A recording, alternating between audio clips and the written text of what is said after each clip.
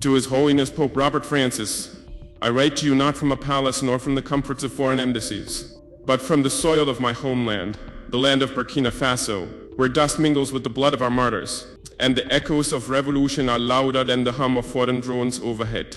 I am not writing as a man seeking approval, nor as one entangled in diplomatic pleasantries. I write to you as a son of Africa, bold, bruised, unbowed.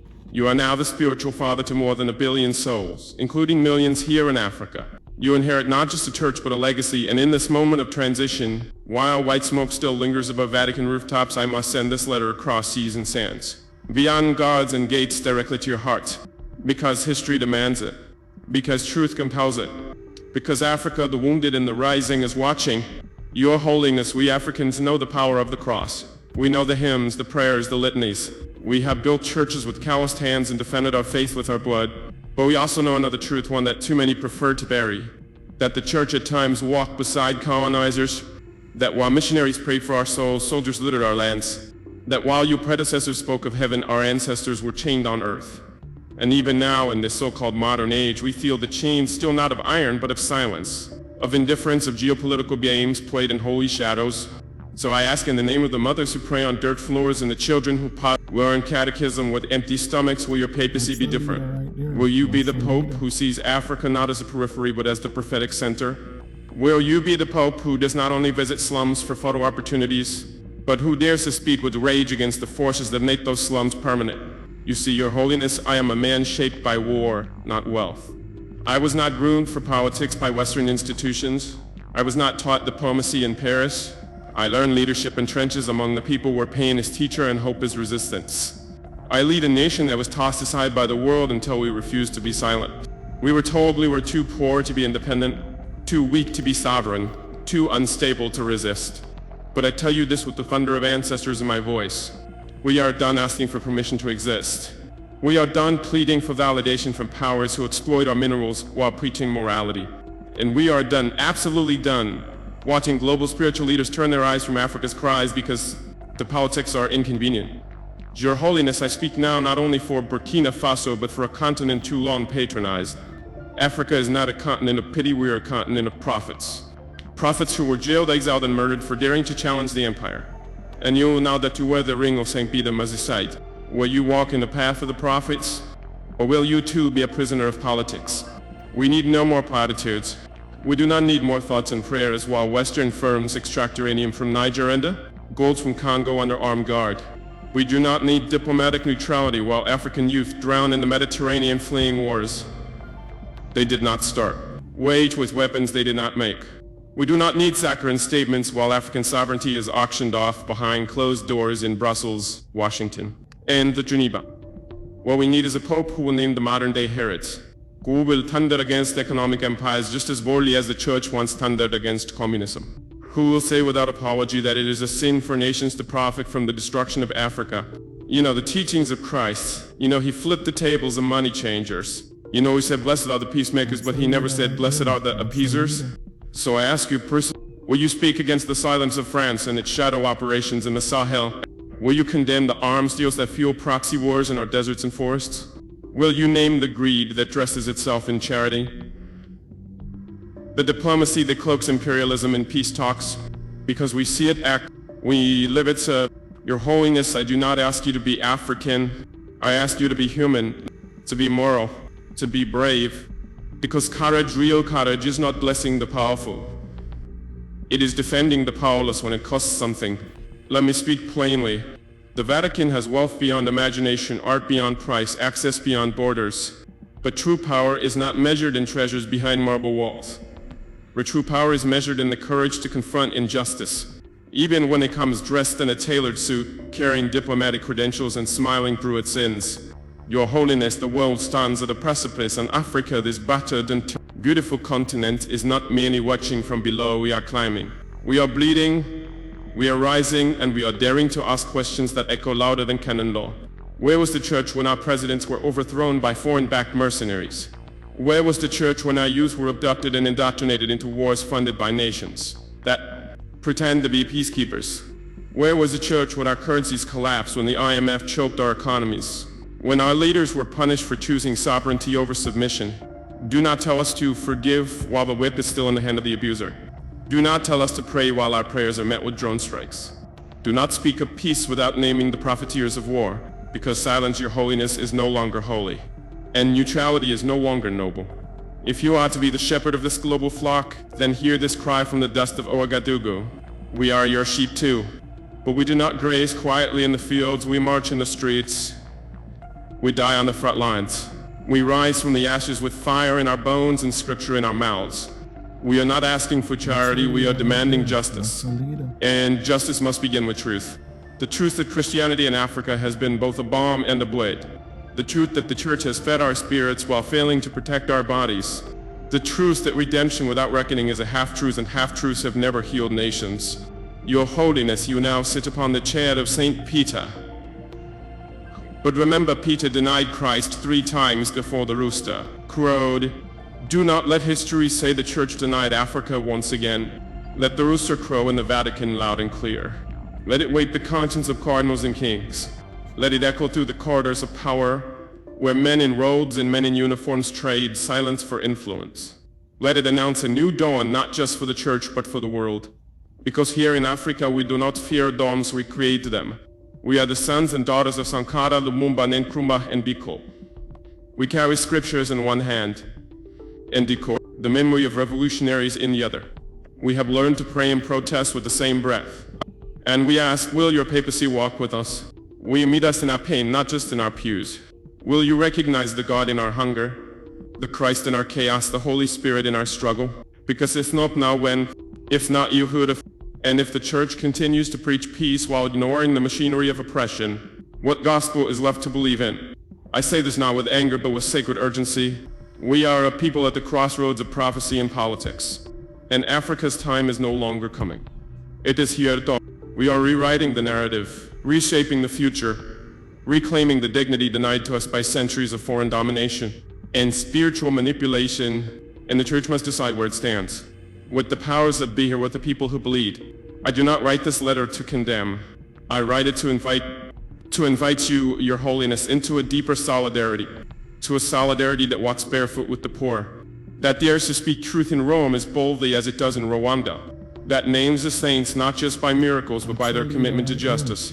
We await your voice, not from balconies, but from trenches and from favelas, from refugee camps, from behind the bars of political prisons where truth is incarcerated. Because only that voice, your voice, can redeem the silence. And if you dare to speak it, not only will Africa hear you, the world will sign the end.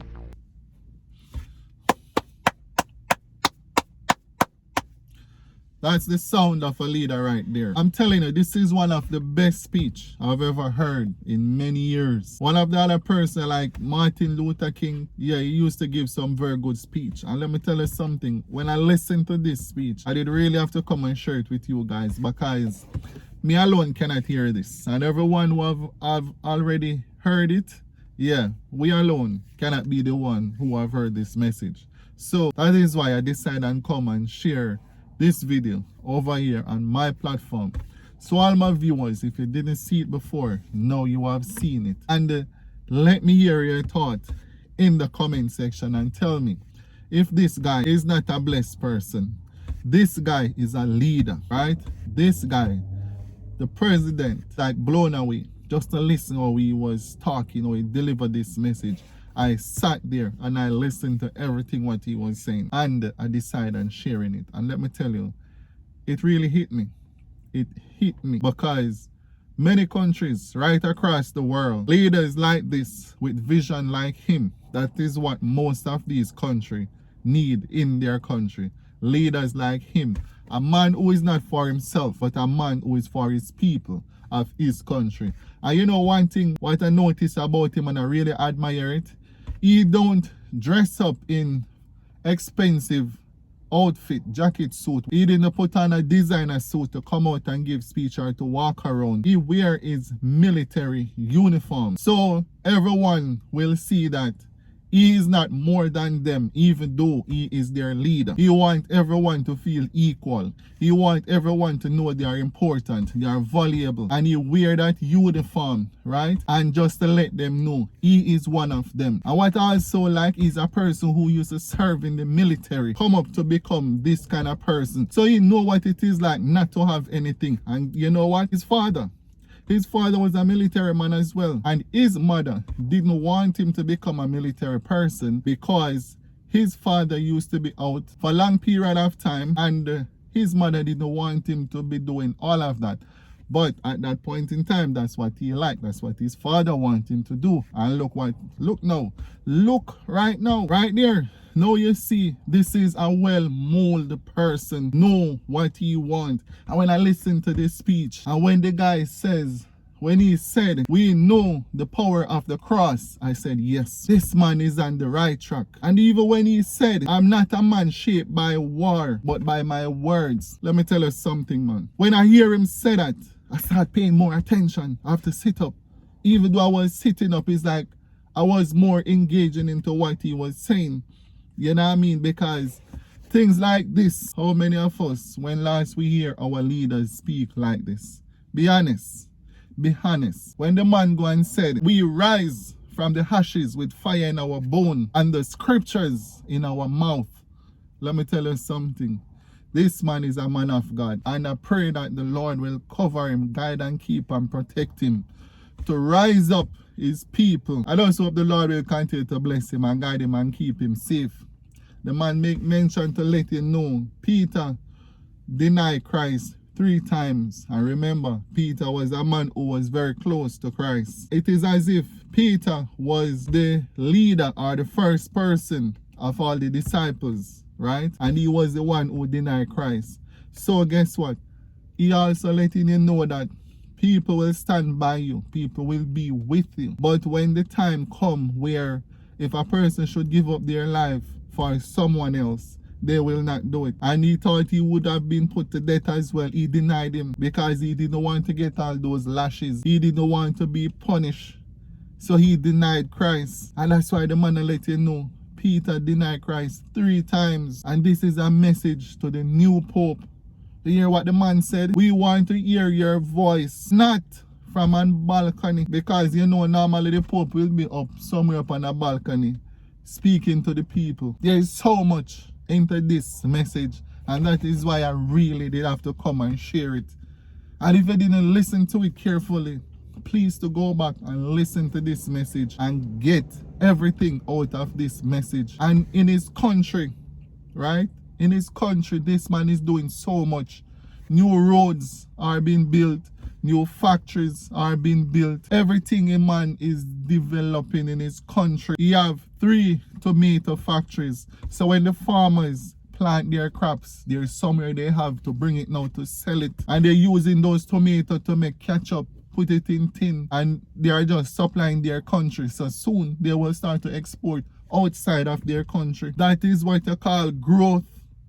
You have another factory that will be finished, expect to be finished by the end of this year, between December to early next year. The 4th factory, and they are also gonna make a factory for mangoes. So mangoes will be going there so they can make juice and all of what you can do with mangoes. Most of these third world countries, they need leaders like him, a person who cares for the people and not just the wealth for themselves. And when I see what he's doing in such a short space of time, it let me wonder what was the leaders before him were doing. It seems like they were only just stacking up their bank accounts and their pockets for them and their family and leave the citizens of the country to die from hunger, to be suffering. And it's a continent with so many resources all over Africa. Most of these first world countries, they are benefiting from Africa, and Africa alone not benefiting from its own continent. Most people would like coffee, chocolate, all of these things where you think it come from, out of Africa. But yet still people look down on Africa, speak against Africa, discriminate Africa,